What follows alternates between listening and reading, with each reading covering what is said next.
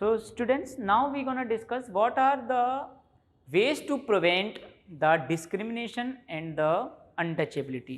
अब आप देखोगे कि ये सारी जो प्रॉब्लम्स निकल कर आई हैं, इतनी सारी प्रॉब्लम्स हमने डिस्कस की हैं, क्या ये कंटिन्यूसली हमको अभी भी हमारी सोसाइटीज़, हमारी कंट्री के अंदर देखने को मिल रही हैं? क्या हमारी कंट्री की जो गवर्नमेंट है या जो लोग हैं, जितने भी लोग एजुकेशन पा रहे हैं, क्या वो आज भी इन सारी चीज़ों को मानते हैं या फॉलो करते हैं? So you will see that there are so many improvements happened in this field, right. अब हम देखेंगे कि यहाँ पर जो लोगों ने क्या करा है, उनके पास जब जैसे जैसे लोगों को एजुकेशन मिलती जा रही है, लोग अवेयर होते जा रहे हैं, तो आपको ये सारी चीज़ें क्या देखने को मिल रहा है, जो कास्टिज़म है और ये जो डिस्क्रिमिनेशन है based on religion and based on caste, तो ये कहीं ना कहीं ख़त्म होता जा रहा है। सो अब हम देखेंगे इनके ऊपर किस चीज़ का इम्पैक्ट सबसे ज़्यादा देखने को मिलता है। सो you will see the modern lifestyle.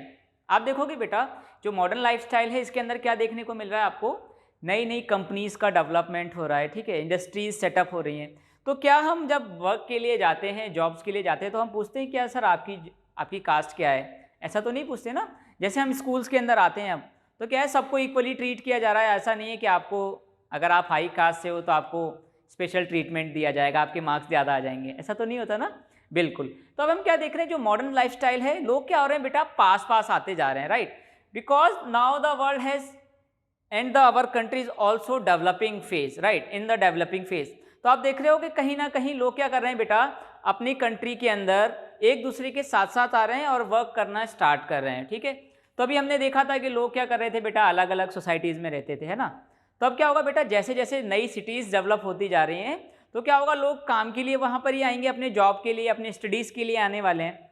तो क्या होगा बेटा कि वहाँ पर ऐसा नहीं होगा कि कोई कास्टिज्म आपका बेस रहने वाला है।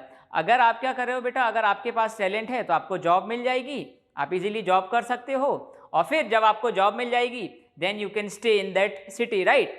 तो क्या होगा बेटा, जैसे जैसे सिटीज़ डेवलप हो रही हैं, हमारा जो ट्रांसपोर्टेशन डेवलप हुआ है, तब क्या हो रहा है, लोग एक जगह से दूसरे जगह इजीली मूव कर रहे हैं और साथ में अपना एजुकेशन स्टडी को कंटिन्यू कर रहे हैं, ठीक है। तो आपने देख लिया कि जो हमारा impact of the modern lifestyle है, ये क्या कर रहा है, कहीं ना कहीं हमारी जो वे ऑफ थिंकिंग है इसको भी डेवलप कर रहा है, ठीक है। तो क्या हो गया, अब हम उन सारी चीज़ों पर ध्यान नहीं दे रहे हैं जो आज से हम 20 ईयर्स 50 ईयर्स पहले देखा करते थे, ठीक है। लोगों के बीच में ये कास्टिज्म काफ़ी ज़्यादा प्रिवेल करता था, ठीक है। अब आएगा बेटा स्ट्राइविंग फॉर द इक्वलिटी। क्या ये जो इक्वलिटी की अभी हम बात कर रहे हैं, ये हमको इतना इजीली मिल गया? सो you will feel that after the independence and pre independence, मतलब आज़ादी से पहले और आज़ादी के बाद में हम देखेंगे तो कहीं ना कहीं हमारी जो इंडियन सोसाइटीज़ है वो क्या है बेटा, फुल ऑफ डिस्क्रिमिनेशन से भरा हुआ है, ठीक है। आपको कास्टिज्म काफ़ी ज़्यादा देखने को मिल रहा है, रिलीजन बेसिस पर डिस्क्रिमिनेशन काफ़ी ज़्यादा देखने को मिल रहा है।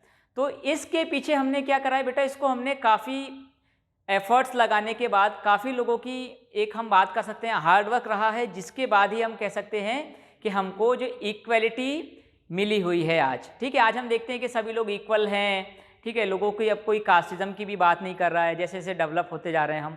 तो आप देखोगे कि इसके पीछे कई सारे लोगों का एक विज़न रहा है, और हमारे जो लीडर्स थे उन्होंने क्या किया है बेटा, इसके लिए काफ़ी ज़्यादा हार्ड वर्क किया हुआ है। जैसे आप देखोगे बेटा, Raja Ram Mohan Roy, Ishwar Chandra Vidyasagar, B.R. Ambedkar, Mahatma Gandhi, so these are some of the greatest person of our country who fought against these social evils like the discrimination and untouchability. And also we can say that these people are also brought different religions together, right. तो हम इन्होंने देखेंगे कि इन लोगों का जो एक effort रहा है, इन लोगों ने जो भी हार्डवर्क किया है, उसकी वजह से ही आज जो हमारी कंट्री इतनी ज़्यादा यूनाइटेड है वो हमको दिखाई देती है। इसके लिए कई सारे मूवमेंट्स को रन किया गया है, ठीक है। जैसे राजा राम मोहन राय हैं, तो आप देखोगे इन्होंने जो जेंडर के बेसिस पर जो डिस्क्रिमिनेशन हो रहा था उसको दूर करने में कहीं ना कहीं हेल्प की है। महात्मा गांधी ने 2 रिलीजन्स को एक साथ में लेकर आए हैं, राइट। तो ये जो स्ट्राइविंग फॉर इक्वलिटी वाला टॉपिक है आपका, ये आपको बताएगा कि जो इक्वलिटी हमको आज देखने को मिल रही है बेटा, ये क्या है, काफ़ी लॉन्ग ईयर्स का हार्डवर्क है और उसका एक हमको रिजल्ट देखने को मिलता है। चलिए अब आता है बेटा डॉक्टर B.R. अम्बेडकर। इनके बारे में स्पेशल हम लोगों को क्या किया गया है, बुक के अंदर मेंशन किया गया है। क्यों मेंशन किया गया है? Because he is also belonging from a lower cast और वी कैन से या बैकवर्ड कास्ट, राइट। अब आप देखोगे कि इन्होंने जब एक बैकवर्ड कास्ट के अंदर बॉर्न होने के बावजूद इन्होंने क्या करा बेटा, अपनी एजुकेशन को कंप्लीट किया, इन्होंने काफ़ी ज़्यादा हार्डवर्क किया है, जिससे क्या कर सके हमारी कंट्री के अंदर जो ये कास्टिज्म का जो सोशल इविल है, जो डिस्क्रिमिनेशन का जो सोशल इविल है बेटा, इसको क्या किया जा सके, इसको इरेडिकेट किया जा सके, हटाया जा सके, right. So he was born in the year of 1891। Maharashtra में जन्म हो रहा है बेटा इनका, he was born in the Maharashtra and he born in a Mahar caste which is considered as a lower caste, ठीक है।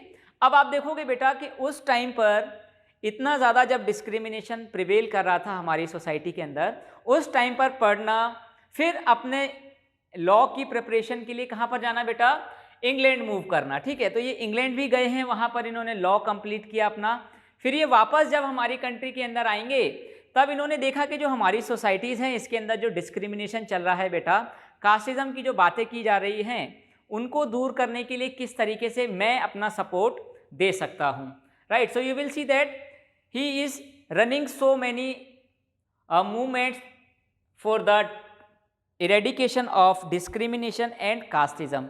कास्टिज्म को हटाने के लिए, डिस्क्रिमिनेशन को हटाने के लिए इन्होंने क्या करा है बेटा, कई सारे मूवमेंट्स को रन किया हुआ है, ठीक है। अब आप देखोगे कि जब हमारा कॉन्स्टिट्यूशन बन रहा था, he was also known as the father of constitution, right.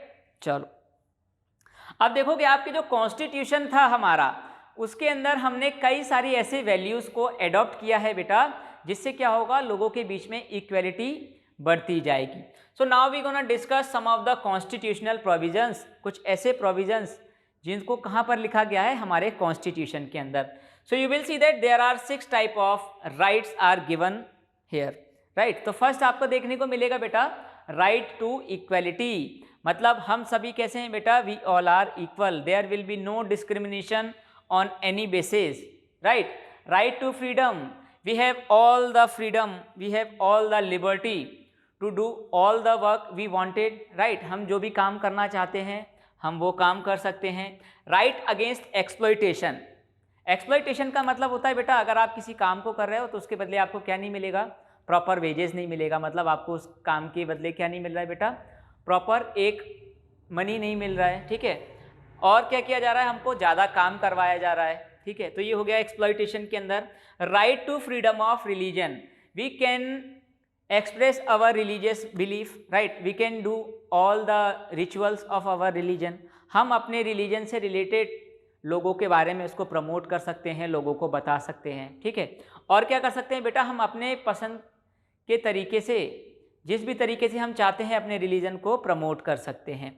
Cultural and educational right, अब हमने क्या किया हुआ है बेटा, वो सारे लोग जिनका क्या है बेटा, रिलीजन की अगर हम बात करेंगे, उस रिलीजन के अंदर थोड़े से नंबर्स क्या है, उनकी पॉपुलेशन कम है, तो हमने क्या किया बेटा, जो हमारा कॉन्स्टिट्यूशन है उसने इन लोगों को राइट प्रोवाइड किया है that they can set up their own schools, their own institutions and they can promote their religion, ठीक है। अपने रिलीजन को प्रमोट कर सकते हैं और लोगों को क्या किया गया है बेटा, एजुकेट किया जा सकता है। चलो और आता है बेटा राइट टू कॉन्स्टिट्यूशनल रेमेडीज। अब इसका मतलब क्या है, सो यू विल फील दैट कि अगर हमारे पास इन सारे चीज़ों के बीच में कभी भी कोई प्रॉब्लम आ रही है, इन राइट्स को एक्सरसाइज करने में, इन राइट्स को अगर कोई क्या कर रहा है बेटा, हार्म करने की कोशिश कर रहा है, तब आप क्या कर सकते हो बेटा, गवर्नमेंट ने क्या किया हुआ है, जुडिशरी को इस्टेब्लिश किया हुआ है, ठीक है। तो हम जो जुडिशरी के पास जा सकते हैं, कोर्ट्स के पास जा सकते हैं कि हमारा जो राइट्स हैं इनको अच्छे तरीके से परफॉर्म नहीं किया जा रहा है, ठीक है। तो आपने देख लिया कि ये चैप्टर हमें क्या बता रहा है कि जो डाइवर्सिटी है उससे डिस्क्रिमिनेशन आया हमारी सोसाइटी के अंदर, और फिर उस डिस्क्रिमिनेशन को हटाने के लिए हमारी गवर्नमेंट्स ने, हम लोगों ने और हमारे कॉन्स्टिट्यूशन ने किस तरीके से हेल्प किया हुआ है, ठीक है बच्चा लोग। चलिए, सो आई होप आप लोगों को ये चैप्टर समझ में आया होगा। Thank you very much.